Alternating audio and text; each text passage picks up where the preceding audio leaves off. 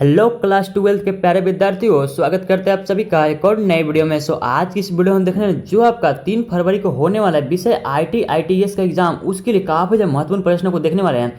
तो अभी तक वीडियो को लाइक कर देना और चैनल को सब्सक्राइब करना मत भूलना, क्योंकि ऐसे वीडियो चैनल के माध्यम से क्वेश्चन मिलता है। वीडियो को लाइक करके चैनल को जरूर सब्सक्राइब कर देना। और मैंने आपको पहले ही बताया कि आपको मैं 4 से 5 वीडियो दूंगा। अगर आप उस 4 से 5 वीडियो को देख करके जाते हो तो आपको एक भी क्वेश्चन बाहर से नहीं आएगा। और भी बाकी का वीडियो अपलोड है, अगर आपने भी उसे नहीं देखा था, जाओ चैनल पर अपलोड है, मैं उसका प्लेलिस्ट बना दिया हूँ, वहाँ से प्लेलिस्ट में जाओ और देखो, या फिर मैं उस प्लेलिस्ट का लिंक आपको डिस्क्रिप्शन में दे दूँगा, इस वीडियो को डिस्क्रिप्शन में, वहाँ से आप लोग जाकर के देख सकते हो। ठीक है, सारे वीडियो को देखो और आपका एक भी क्वेश्चन बाहर से नहीं आएगा। 30 में 30 आप लोग करके आओगे। तो चलो फिर हम लोग इस वीडियो को स्टार्ट करते हो। वीडियो को अंत तक बने रहना ताकि आप लोगों का सारा कॉन्सेप्ट क्लियर हो सके, और वीडियो को अंत तक देखना, तभी आप लोगों का पूरा कॉन्सेप्ट क्लियर हो पाएगा। चलिए फिर हम वीडियो को स्टार्ट करते हैं। सारे प्रश्नों को देख लेते हैं, एक एक करके सारे प्रश्नों को देख लेते हैं। ठीक है, तो हम इस वीडियो में ऑब्जेक्टिव प्लस सब्जेक्ट दोनों तरीके के क्वेश्चन को देखने वाले हैं। ठीक है, ऑब्जेक्टिव प्लस सब्जेक्ट दोनों तरीके के क्वेश्चन को देखने वाले हैं। जो आपका सब्जेक्ट का जो आंसर है काफ़ी आसान भाषा में लिखा हुआ है, आप लोग पढ़ोगे आप लोग को याद हो जाएगा या फिर समझ जाओगे। ठीक है, तो आप लोग अंत तक देखो वीडियो को। चलिए फिर हम वीडियो को स्टार्ट करते हैं। सबसे पहले आपका है तो ऑब्जेक्टिव के 15 प्रश्न जो आपका पूछा है था 15 मार्क्स के लिए, उस 15 प्रश्नों को हम लोग देखने वाले ऑब्जेक्टिव का। उसके बाद हम 15 मार्क्स का सब्जेक्टिव प्रश्नों को देखने वाले। ठीक है, जिसमें थोड़ा बहुत लिखना होता है। अगर तो फर्स्ट प्रश्न हमारा बोलता है ऑब्जेक्टिव का, personality disorder are stable long term condition which can affect an individual, यानी कि व्यक्तित्व विकार स्थिर दीर्घकालीन स्थितियां हैं जो किसी व्यक्ति को प्रभावित कर सकती है। ऑप्शन के पास मूड, कंग्निशन, इंटरपर्सनल फंक्शनिंग या फिर ऑल। इसका राइट आंसर क्या हो जाएगा क्वेश्चन फर्स्ट का? वो हो जाएगा हमारा ऑप्शन नंबर डी, यानी कि ऑल बिल्कुल करेक्ट आंसर हो जाएगा। ठीक है, आगे देखो क्वेश्चन नंबर 2 बोलते हैं हमारा, किसी व्यक्ति की पहचान करने वाले रवैये, मूल्यों, रुचियों और व्यवहार का संयोजन, यानी कि the combination of attitude, value, interest and behaviour that identify a person. तो ऑप्शन है पास लाइफ स्टाइल, सेल्फ एक्चुअलाइजेशन या फिर वे ऑफ लाइफ या फिर पर्सनालिटी। क्वेश्चन नंबर सेकंड का राइट आंसर क्या हो जाएगा? हो जाएगा ऑप्शन नंबर 2, यानी कि डी बिल्कुल, यानी कि पर्सनालिटी बिल्कुल राइट आंसर हो जाएगा। ठीक है, आगे तो क्वेश्चन नंबर 3 बोलता है आपसे, निम्नलिखित में से कौन पैरानॉइड व्यक्तित्व विकार वाले व्यक्तियों की विशेषता नहीं है, यानी कि which of the following is not a characteristic of individuals and paranoid personality disorder. Option है के पास, इसका जो क्वेश्चन नंबर 3 का जो हमारा राइट आंसर हो जाएगा ऑप्शन नंबर डी, यानी कि are often exponentially aggressive to other, यानी कि अक्सर दूसरों के प्रति अनायास आक्रामक होते हैं। ठीक है, तो हम लोग इंग्लिश पढ़ोगे तो ज़्यादा समझ में आएगा IT में। ठीक है, आगे तो क्वेश्चन में 4 क्या बोलते हैं, निम्नलिखित में से कौन पाइथन में लूप के लिए माने, यानी कि which of the following is a valid for loop Python. Option है पास, तो इसका जो करेक्ट आंसर हो जाएगा हमारा क्वेश्चन नंबर 4 का, हो जाएगा हमारा ऑप्शन नंबर बी, यानी कि 4i इन रेंज 0 to 5। आगे तो क्वेश्चन नंबर 5 क्या बोलते हैं हमारा, a while loop in Python is used for what type of integration. Question बोलता है आपका पाइथन में व्हाइल लूप का उपयोग किस प्रकार के पुनरावृत्ति के लिए किया जाता है। तो क्वेश्चन नंबर 5 का जो राइट आंसर हो जाएगा ऑप्शन नंबर ए, यानी कि आइडेंटिफाइड बिल्कुल करेक्ट आंसर हो जाएगा। ठीक है, आगे तो क्वेश्चन नंबर 6 बोलता है आपसे, can we write if else statement into one line in Python. क्या हम पाइथन में एक लाइन में इफ एल्स स्टेटमेंट लिख सकते हैं, यस और नो। क्वेश्चन नंबर 6 का जब राइट आंसर हो जाएगा ऑप्शन नंबर ए, यानी कि यस, हम लोग लिख सकते हैं। ठीक है, ऑप्शन नंबर ए बिल्कुल राइट आंसर हो जाएगा। 7 बोलता है आपसे, इफ स्टेटमेंट और कंडीशन के बीच 2 स्पेस देना एक अच्छी आदत है। बोल रहा है आपसे, it is a good habit to give 2 spaces between if statement or condition statement and condition. तो क्वेश्चन नंबर 7 का तुम्हारा राइट आंसर हो जाएगा ऑप्शन नंबर बी, यानी कि फॉल्स है हमारा। ठीक है, फॉल्स है, ऐसा नहीं हो सकता। आगे देखो 8 बोलता है आपसे, स्टेटमेंट के अंदर इफ स्टेटमेंट को नेस्टेड इफ स्टेटमेंट कहा जाता है। इफ स्टेटमेंट के अंदर इफ स्टेटमेंट को नेस्टेड इफ स्टेटमेंट कहा जाता है, ट्रू और फॉल्स। क्वेश्चन नंबर 8 का जो राइट आंसर हो जाएगा ऑप्शन नंबर ए, यानी कि सही, यानी कि ट्रू है हमारा। ठीक है, in avoidant personality disorder typically belief about self might B.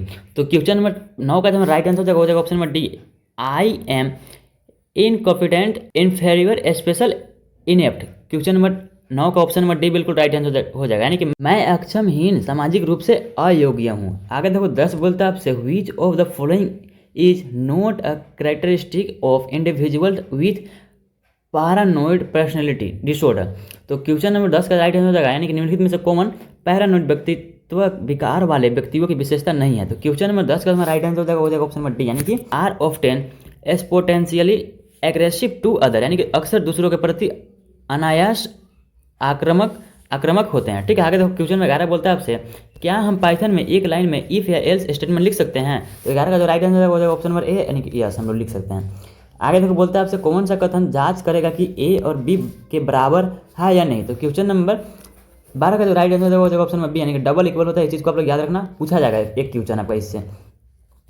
आगे देखो 13 बोलता है आपसे, किसी व्यक्ति की पहचान करने वाले रवैये, मूल्यों, रुचियों और व्यवहारों का संयोजन को क्या कहते हैं? तो क्वेश्चन में 13 का जो राइट आंसर हो जाएगा ऑप्शन नंबर डी, यानी कि पर्सनैलिटी, व्यक्तित्व, बिल्कुल राइट आंसर हो जाएगा।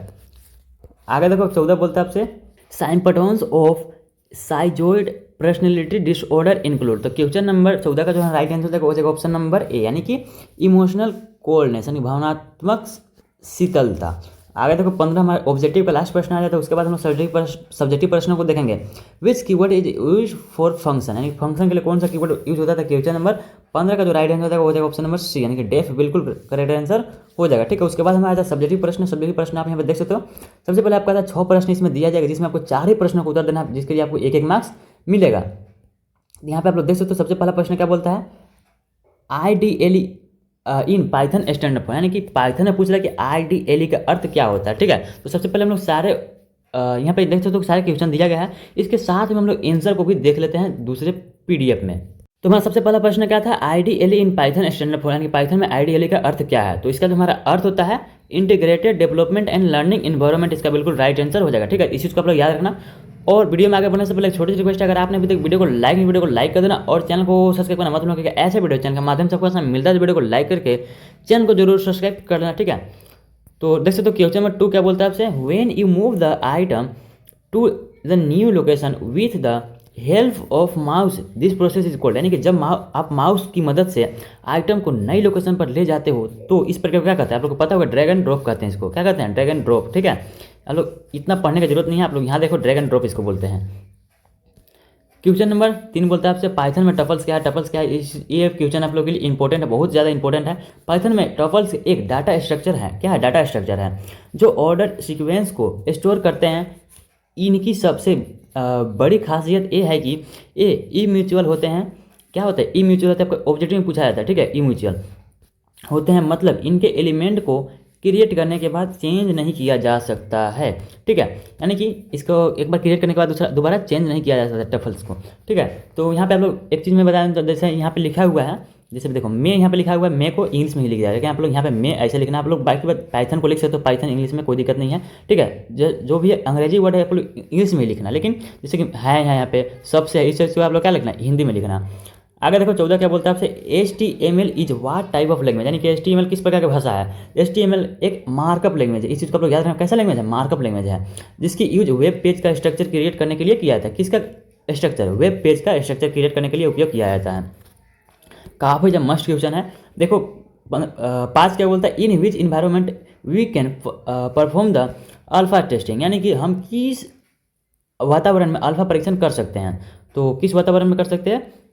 अल्फा टेस्टिंग हमेशा डेवलपर साइड या इंटरनल सॉफ्टवेयर इन्वायरमेंट में परफॉर्म की जाती है। कहाँ?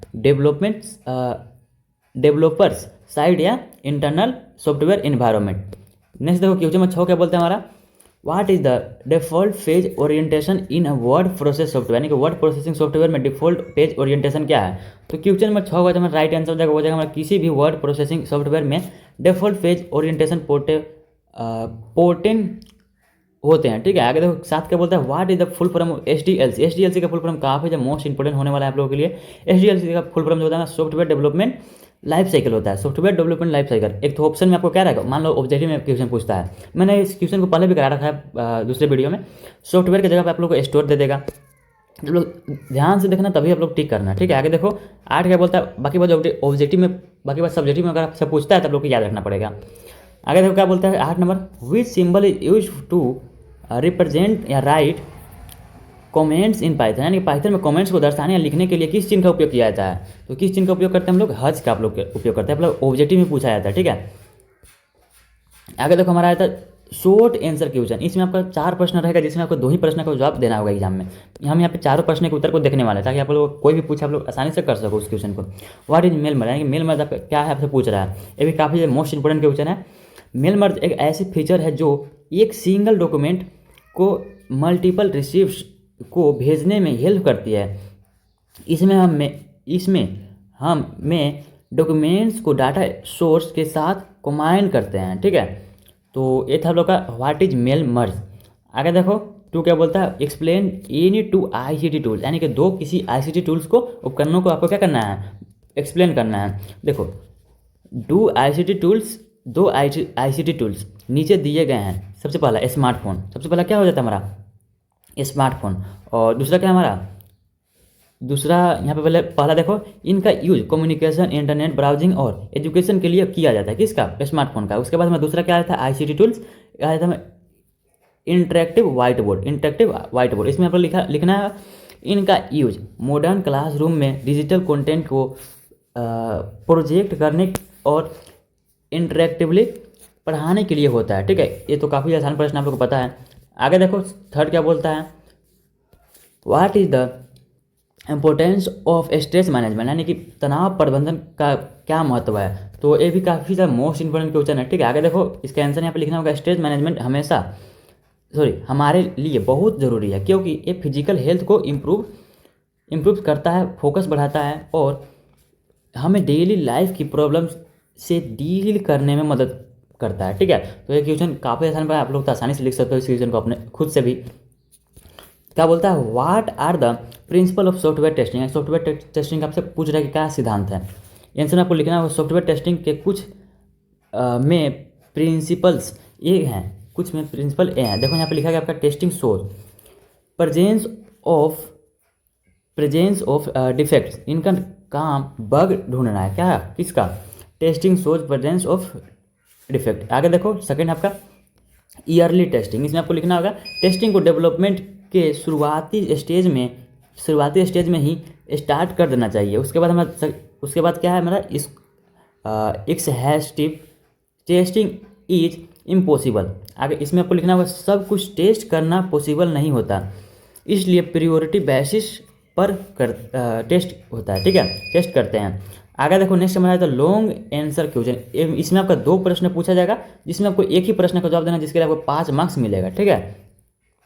तो इसमें हमारा सबसे पहला प्रश्न क्या है, पाइथन क्या है, पाइथन क्यों सीखनी चाहिए, what is Python, why should we learn Python. इसमें आपको लिखना होगा पाइथन एक हाई लेवल और जनरल पर्पस प्रोग्रामिंग लैंग्वेज है, पाइथन क्यों सीखनी चाहिए। यहाँ पे हम लोग को पाइथन का हो गया हमारा परिभाषा। उसके बाद यहाँ पे पूछा गया था आपका पाइथन क्यों सीखनी चाहिए। इसमें आपको लिखना होगा सिंपल सिंटेक्स, इनका सिंटेक्स इंग्लिश जैसा है इसलिए इसे सीखना आसान है, किस है, पाइथन को। और एक चीज़ आप लोगों को पता है बाकी लैंग्वेज के मुकाबले पाइथन लैंग्वेज को सीखना आसान होता है, ठीक है। जैसे कि C++ वगैरह है ना, जावा वगैरह, उससे आसान होता है पाइथन।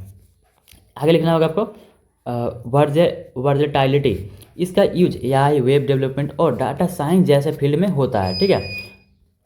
आगे देखो लिखना होगा आपको लार्ज कम्युनिटी सपोर्ट, यानी कि इसकी लेवरेज बहुत बड़ी होती है, बड़ी है, जो कॉम्प्लेक्स कोडिंग को ईजी बना देती है, ठीक है, कौन सा, पाइथन। आगे देखो लास्ट प्रश्न हमारा आज का होने वाला, तो अभी तक वीडियो को लाइक कर देना और चैनल को सब्सक्राइब करना मत भूलना, और साथ ही अपने सारे दोस्तों से वीडियो को शेयर भी कर देना। देखो क्या बोलते हैं हमारा, explain different between phases of software development, यानी कि एचडीएलसी के क्या करना है, डिफरेंट जो हमारा फेजेस है उसको हम लोग डिफाइन करना है, ठीक है, एक्सप्लेन करना है। सॉफ्टवेयर डेवलपमेंट में किन्हीं डेवलपमेंट के विभिन्न चरणों की व्याख्या कीजिए, ठीक है। तो इसमें हम लोग सबसे विभिन्न चरण यहाँ पे देख सकते हो, इसमें हमें लिखा हुआ डिजाइन है, इम्प्लीमेंटेशन है, टेस्टिंग है, डिप्लॉयमेंट है, उसके बाद मेंटेनेंस है, एनालिसिस है, उसके बाद डिजाइन है, ठीक है। कुछ इस तरीके से आपका आया था, यहाँ पे सबको एक्सप्लेन किया हुआ है, आप लोग देख सकते हो। सबसे पहले आया था रिक्वायर्ड एनालिसिस, सबसे पहले यूजर की ज़रूरत को कलेक्ट और एनालाइज किया जाता है, ठीक है। नेक्स्ट क्या है, डिजाइन है, ठीक है। क्या आता है डिजाइन, सॉफ्टवेयर का आर्किटेक्चर और लेआउट डिजाइनिंग किया जाता है, ठीक है। उसके बाद हमें आता है इम्प्लीमेंटेशन, यानी कि कोडिंग। इसमें आपको लिखना होगा इस फेज में डेवलपर्स एक्चुअल कोड लिखते हैं, क्या करते हैं, एक्चुअल कोड लिखते हैं। उसके बाद हमें क्या आता है टेस्टिंग, कोड बनाने के बाद उसमें बग्स और एरर चेक किए जाते हैं, क्या किया जाता है, बग्स और एरर चेक किया जाता है। उसके बाद क्या आता है, डेवलपमेंट। टेस्टिंग के बाद सॉफ्टवेयर को यूजर के लिए रिलीज कर दिया जाता है। किसके लिए, यूजर के लिए, ताकि यूजर यूज कर सके। उसके बाद क्या आता है, मेंटेनेंस। रिलीज के बाद सॉफ्टवेयर को अपडेट करना और प्रॉब्लम्स को फिक्स करना मेंटेनेंस कहलाता है। तो ये था आप लोगों का कक्षा 12 का जो आपका आईटी का एग्जाम होने वाला दिनांक 3 फरवरी को, उसके लिए काफ़ी मोस्ट इंपोर्टेंट क्वेश्चन। अगर आप मेरे अपलोड किए हुए सारे वीडियो को देख के जाते हो तो आपका सारा क्वेश्चन आपका उसी में से आएगा। तो एक चीज़, अभी तक अपने वीडियो को लाइक कर देना और चैनल को सब्सक्राइब करना मत भूलना, ठीक है। और सारे वीडियोज़ का प्लेलिस्ट का लिंक डिस्क्रिप्शन में दे दिया गया, आप लोग उसे भी जाकर के देख लेना। तो मिलते हैं नेक्स्ट मंथ के लिए, बाय बाय।